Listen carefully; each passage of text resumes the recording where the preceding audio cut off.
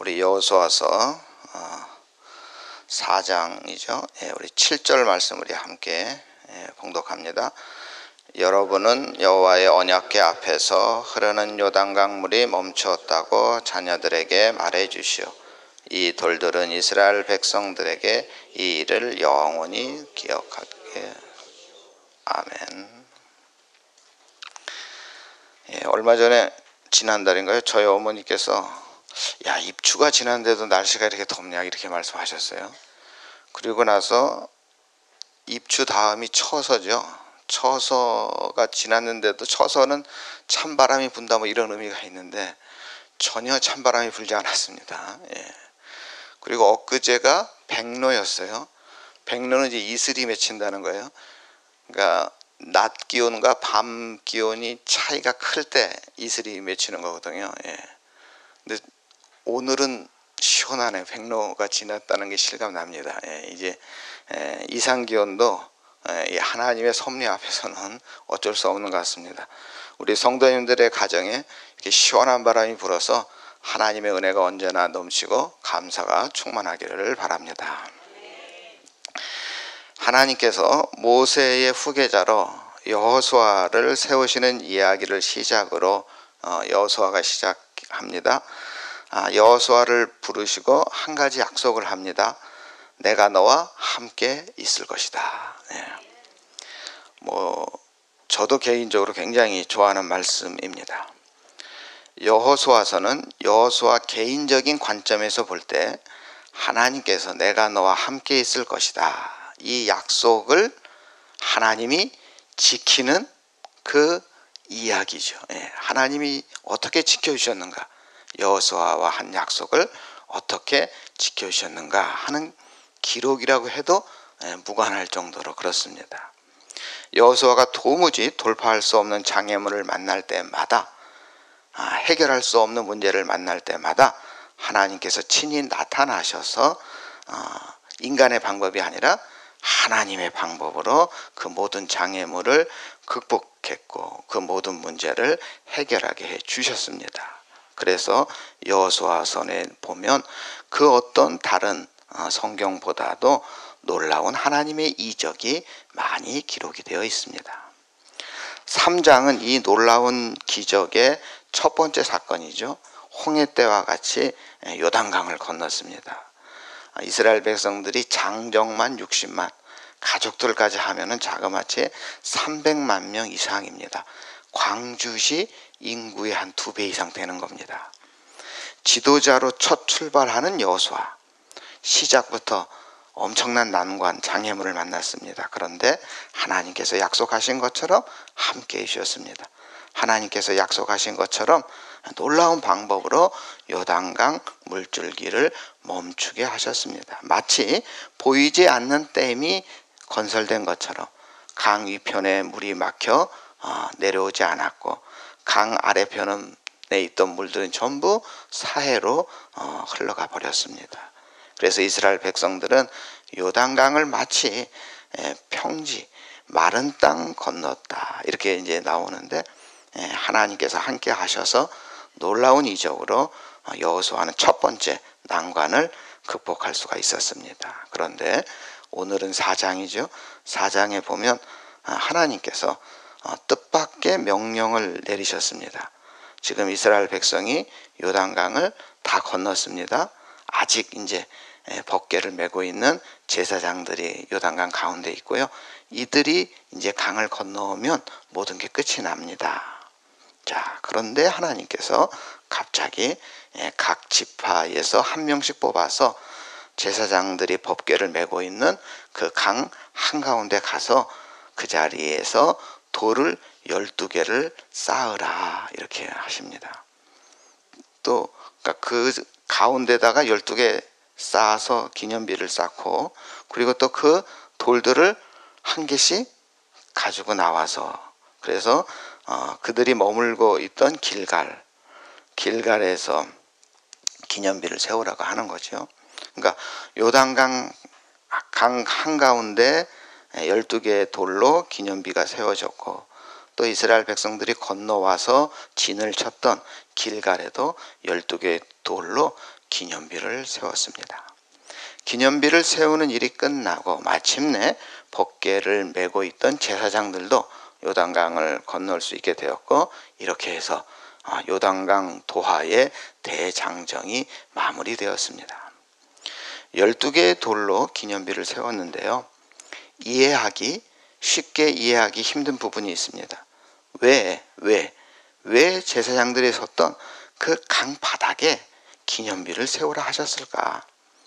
18절에 보면 제사장들이 요단강에서 나와 가나안 땅을 밟자마자 요단강 물이 다시 흘러요.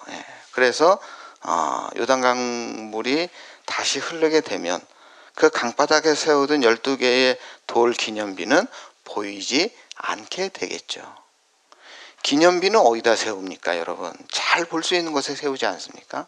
그런데 물이 잠겨서 보이지 않는 곳에 왜 기념비를 세우라 하셨을까? 쉽게 납득하기 어려운 상황입니다. 그래서 이걸로 여러 가지 해석이 있는데, 우리 장로교를 세우셨던 이 요한 칼빈은 이렇게 해석했습니다. 이 기념비는 비록 보이지 않을지라도 이스라엘 백성들의 마음 가운데 세워진 것 같은 효과를 거두게 되었다. 이해되시죠? 이 기념비는 보이지는 않지만 이스라엘 백성들 마음속에 세워진 것이다. 저들이 요단강을 볼 때마다 눈에 보이지는 않지만 그 안에 세워져 있을 기념비를 마음의 눈으로 보게 될 것이다. 그리고 간혹 건기 때, 우리 여러분 강이라고 하는 것은 우리 한강도 마찬가지인데, 여름에는 수위가 낮아집니다. 겨울에는 수위가 낮아지고 여름에는 수위가 올라오고 그러잖아요. 이스라엘 강은 더 심하거든요. 그러니까 건기 때 수심이 낮아지면 어떻게 되겠습니까? 보이겠죠. 그래서 간혹 건기 때 수심이 낮아져 그 기념비의 꼭대기가 보이게 되면 그 효과는 배가 될 것이다. 참 일리 있는 해석이고 상당히 공감이 갑니다. 그러니까 하나님께서 이렇게 하신 것은 눈에 보이는 기념비 자체보다도 이스라엘 백성 마음 속에 기념비를 세우고자 하신 것입니다. 하나님께서 행하신 그 놀라운 역사를 마음속에 두고두고 담고 있어야 한다, 이런 뜻입니다. 두 번째로, 왜 기념비를 세워도 그렇게 초라하게 세우셨을까? 강바닥에 돌들이 그렇게 크지 않았을 것이고, 또 큰 돌이 있다 하더라도 한 사람이 하나씩 들고 가잖아요. 한 사람이 하나씩, 아무리 장사라 해도 한 사람이 들을 수 있는 돌의 크기는 굉장히 제한적일 것입니다. 그러니까 그 12개를 쌓는다고 한번 생각해 봤어요? 12개를 일렬로 12개를 딱 쌓기는 어렵겠죠? 그러니까 처음에 4개 쌓고, 그 다음에 3개 쌓고, 그 다음에 2개 쌓고, 하나 이렇게 쌓아야 그래도 그나마 중심이 잡힐 것 같은데, 그래도 제 생각에 제 키보다 작지 않을까, 이런 생각이 듭니다. 제가 직접 가보지는 않았어요. 하지만 이집트의 피라미드 얼마나 대단합니까? 또 가보진 않았지만 우리가 사진에서 봤던 우리 광개토 대왕비 어마하게 크지 않습니까? 그 정도는 돼야지 왜 이렇게 초라한 기념비를 세우라 하셨을까? 하나님께서 기념비를 세우되 이 소박하고 초라할 정도로 이렇게 세우신 것은 기념비 자체보다는 그 안에 담긴 그 의미, 그 뜻이 중요하다는 것을 생각한 것 같아요. 이스라엘 백성들이 두고두고 그 의미를 새기는 것. 그러니까 여러분 생각해 보세요. 아주 멋지게 기념비를 세웠으면 그 의미가 부각되는 것이 아니고 뭐가 부각되겠어요? 누가 세웠을까, 그죠? 그 당시 이스라엘 백성들이 피라미드를 이집트 백성들이 어떻게 세웠을까? 저 돌을 어떻게, 여기에 관심이 있지. 그 의미가 사라지잖아요. 우리 6절 말씀 우리 함께 읽겠습니다. 그 돌은 여러분에게 기념이 될 것이요 먼 훗날 여러분의 자녀가 여러분에게 이 돌들은 왜 여기 있죠? 하고 물으면, 우리 개역성경에는 이것이 너희 중에 표징이 되리라, 이 표징이라는 말을 썼어요.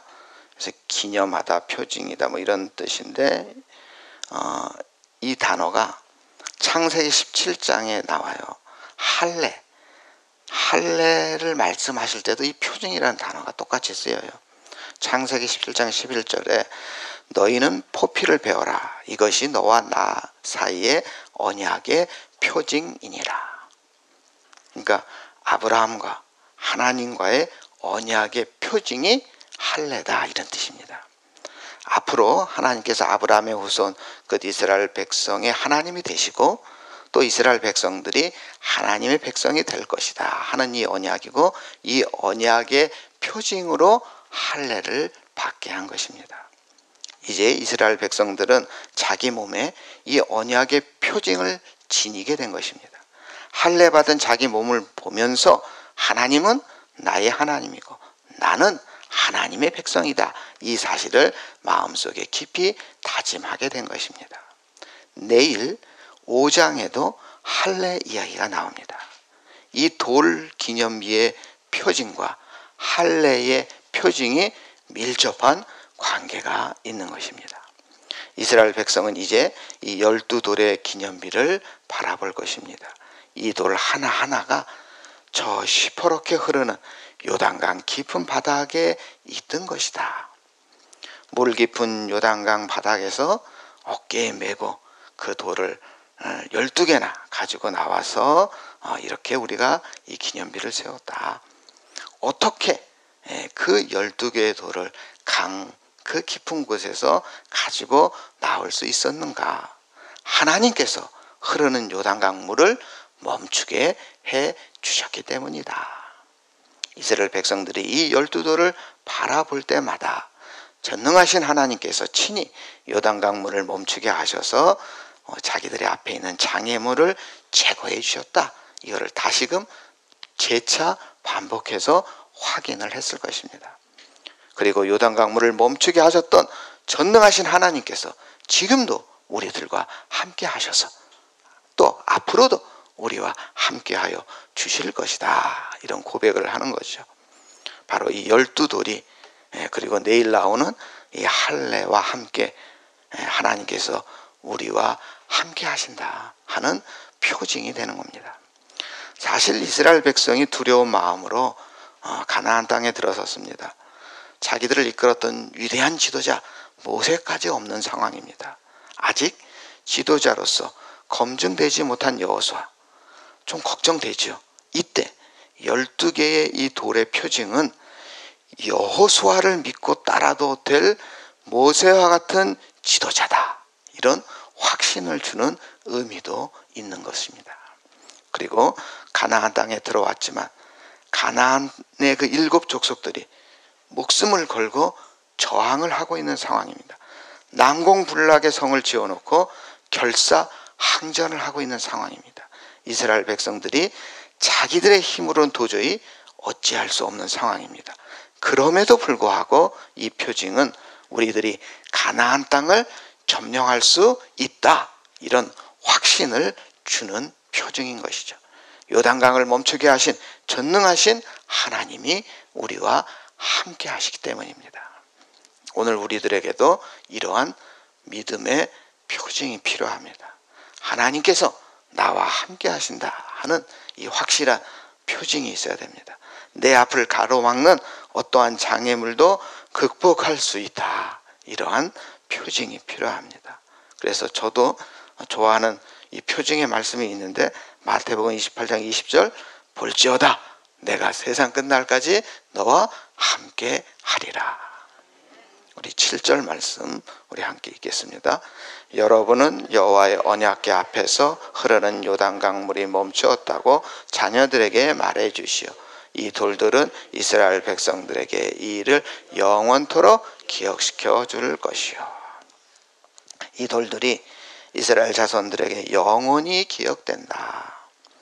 히브리어로 이 기억한다, 기념한다, 이 말은 그러니까 어떤 그 대상이 마음에 떠오르는 그런 행위, 이런 걸 뜻하는 거거든요. 그러니까 구약 성경에 이 기념, 기억 이런 말이 여러 번 나오는데, 출애굽기 12장 14절에 너희는 이 날을 기념하여 여호와의 절기를 삼아 영원한 규례로 대대로 지킬지어다, 이런 말씀이 기념하여 대대로 지킬지어다. 그러니까 이건 이 앞에 무슨 얘기가 나오는지 출애굽한 거예요. 예, 출애굽의 역사.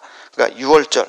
예, 그러니까 이 유월절은 너희를 애굽 땅에서 해방시킨 하나님이 하신 그 귀한 날이라는 것을 기념하라, 기억하라, 이거 하신 것이죠. 예. 그래서 지금 이스라엘 백성들은 수천 년이 지난 지금까지도 이 날을 유월절이라 해서 지금까지 기억하고 기념하고 있는 것입니다. 출애굽 사건을 기념하면서 자기들이 누누이 어떻게 살아가야 할지 다짐하는 것이죠. 그래서 기억, 기념이라는 말은 신앙과 믿음을 다음 세대에 전수해야 된다, 이런 의미가 또 있습니다.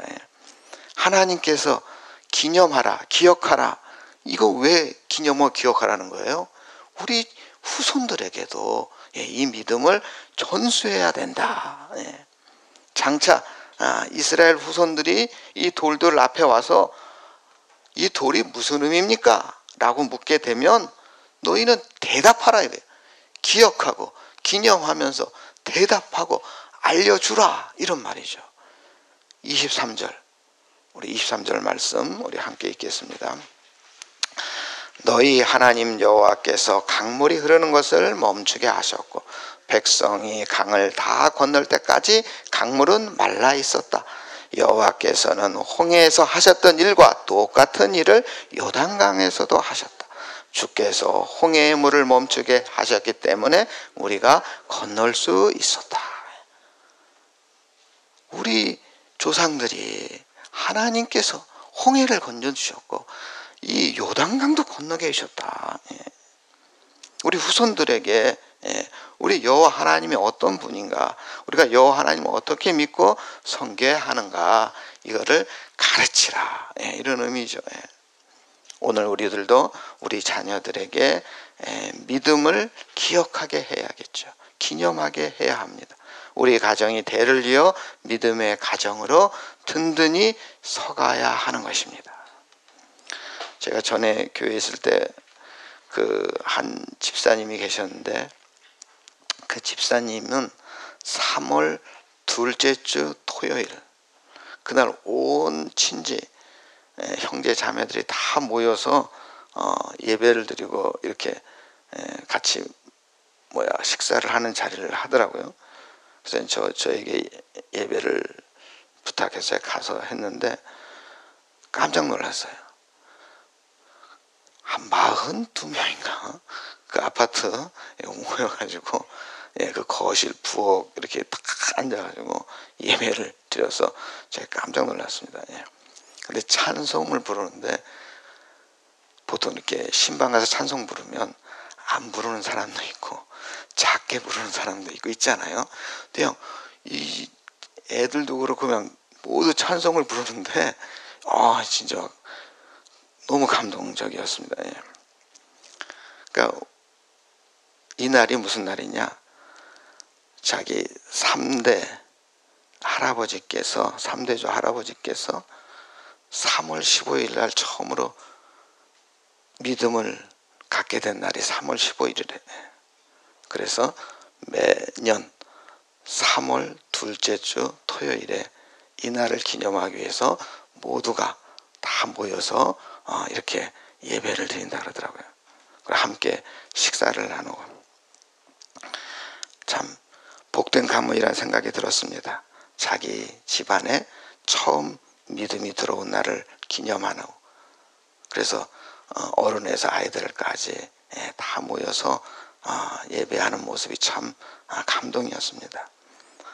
어제 목사님께서 가족 구원에 대한 설교를 해주셨는데 요즘 어떻습니까? 가족에게 믿음을 전하는 것이 너무 어렵습니다.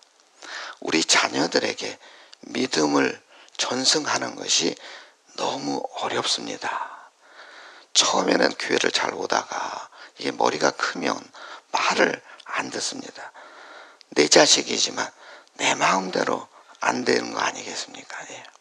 아무리 힘써 기도한다고 해도 참 힘든 일입니다. 그러나 그럼에도 불구하고 우리는 포기해서는 안 되겠습니다. 우리의 믿음이 다음 세대에 잘 전수되게 해야 되는 것이죠.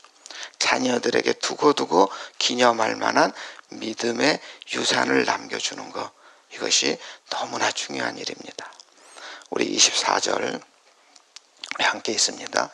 여호와께서 이 일을 행하신 것은 땅 위의 모든 사람들이 주께서 큰 능력을 가지고 계신 분임을 알게 하기 위함입니다. 또한 너희들이 언제나 여호와 하나님을 섬기도록 하기 위해서이다. 주께서 큰 능력을 가지고 계신 분임을 알게 하기 위함이다. 알게 하기 위함. 이 말도 히브리어의 뜻에 보면 가르치다, 선포하다 이런 뜻이 있어요. 그러니까 하나님께서 12개의 돌로 기념비를 세우라 하신 뜻은 외부적으로는 어떤 의미가 있느냐, 가나안 땅의 백성들, 그 믿지 않는 자들이 이 기념비를 보고 요단강을 멈추게 하신 하나님의 능력을 알게 하려는 목적이 있는 것입니다. 가나안 땅 7족속들에게 이 12돌의 기념비를 통해서 하나님의 놀라운 능력을 선포하고 이 하나님의 능력이 지금 이스라엘과 함께하고 있다 하는 사실을 선포하는 것이 이 기념비의 목적인 것이죠. 이 문화부 장관을 하셨던 이어령 선생은 우리나라 지성을 대표하는 분인데 이분은 성경을 중요하게 생각했던 분입니다. 또 예수님의 사랑이 인류 평화를 위해서 꼭 필요한 것이라고 생각했던 분입니다. 그런데 아이러니하게도 자기는 무신론자라는 거예요.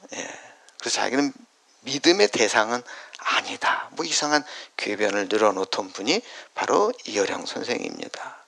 이분은 워낙 유명한 분이니까 유명한 목사님들하고도 친분이 많았고 또 뭐 김수환 추기경하고도 가깝게 지낼 정도로 뭐 그랬던 분인데 그럼에도 불구하고 그 유명한 목사님들이 끈질기게 전도해도 눈 하나 까딱하지 않았던 분이었습니다. 기독교의 장점이 많다는 것을 인정하면서도 교회에 다니지 않는 믿음 가지기는 거부했던 이상한 분입니다. 그런데 이 이어령 선생이 세례받는 역사적인 일이 일어났어요. 73세의 나이로 하용조 목사님에게 세례를 받았습니다. 이 이어령 선생이 세례를 받고 15년을 더 사셨어요. 88세에 세상을 떠나셨습니다. 세례를 받고 15년 더 사시면서 자기의 믿음을 고백한 신앙서적을 한 3권인가 집필하셨어요. 이 이어령 선생이 쓰신 책이 많은데 그 인생 말기에 신앙서적을 집필하고 하늘나라로 가셨습니다. 이 이어령 선생이 예수 믿고 세례받는 과정에 결정적인 역할을 한 것은 유명한 목사님들이 아니고 이어령 선생의 딸 이민아 씨입니다. 이민아 씨는 미국으로 유학을 가서 변호사가 되었고 한때 이 로스앤젤레스 지방검사로 활약하면서 이 청소년 마약 문제를 다룰 정도로 아버지에게는 자랑스러운 딸이었고 교민사회에서 성공한 한국인이었습니다. 이런 이민아 씨에게 시련이 찾아오죠. 1992년 갑상선암 판정을 받고 수술을 하고 96년 또 99년에 또 다른 곳에 전이되어서 2번이나 암 수술을 받죠. 그럼에도 불구하고 이민아 씨는 더욱더 굳건한 믿음으로 모든 것을 하나님께 맡기고 가족들에게 헌신하며 투병 생활을 합니다. 이 모습을 지켜보던 이어령 선생은 딸을 한국으로 데려옵니다. 이어령 선생은 딸의 고통을 보면서 자기 딸이 그 고통 앞에서 그 의연하게 정말 투병하는 것을 보고 정말 하나님께 나아가는 모습을 보면서 딸의 고통 앞에서 아버지가 해준 것은 아무것도 없었지만 딸이 오랫동안 믿어온 하나님은 딸에게 기쁨을 주고 상처를 치유해 줬다. 이렇게 고백합니다. 딸이 믿는 하나님에 대해 지성이 아닌 경배의 대상으로 다가가고 그런 믿음으로 딸과 함께 신앙생활을 공유하고 싶다. 이렇게 글을 남겼습니다. 그리고 세례를 받았다 그럽니다. 73세가 되도록 이어령 선생은 지성의 교만으로 마음의 문에 저는 빗장을 단단히 잠그고 딸이 고난 중에 함께 하시는 하나님, 딸 믿음 속에 우뚝 세워진 12개의 이 기념비를 보고서야 마침내 세례를 받은 것입니다. 그리고 여호와의 그 하나님의 손이 얼마나 강한가 하는 것을 알게 되었고 겸손히 하나님 앞에 무릎을 꿇게 된 것입니다. 딸 이민아 씨가 믿지 않는 아버지에게 하나님의 능력을 선포한 것처럼 우리들도 아직 믿지 않는 사람들에게 하나님의 능력을 선포할 수 있어야 하겠습니다. 우리 삶 속에서 체험한 하나님의 능력을 선포할 때 우리도 12개의 기념비를 쌓는 것입니다. 그동안 우리가 신앙생활 하면서 하나님께서 나와 함께 하셨던 그 놀라운 체험을, 이 놀라운 증거를 기념비로 세워 하나님이 함께 하셨다는 표징을 삼으시기 바랍니다. 이 표징의 기념비를 통해서 우리 자녀들에게 믿음을 심어주시고 이 표징의 기념비를 보여주면서 아직 믿지 않는 우리의 친인척들에게 복음을 전하는 우리 성도님들이 다 되시길 주님의 이름으로 축원합니다.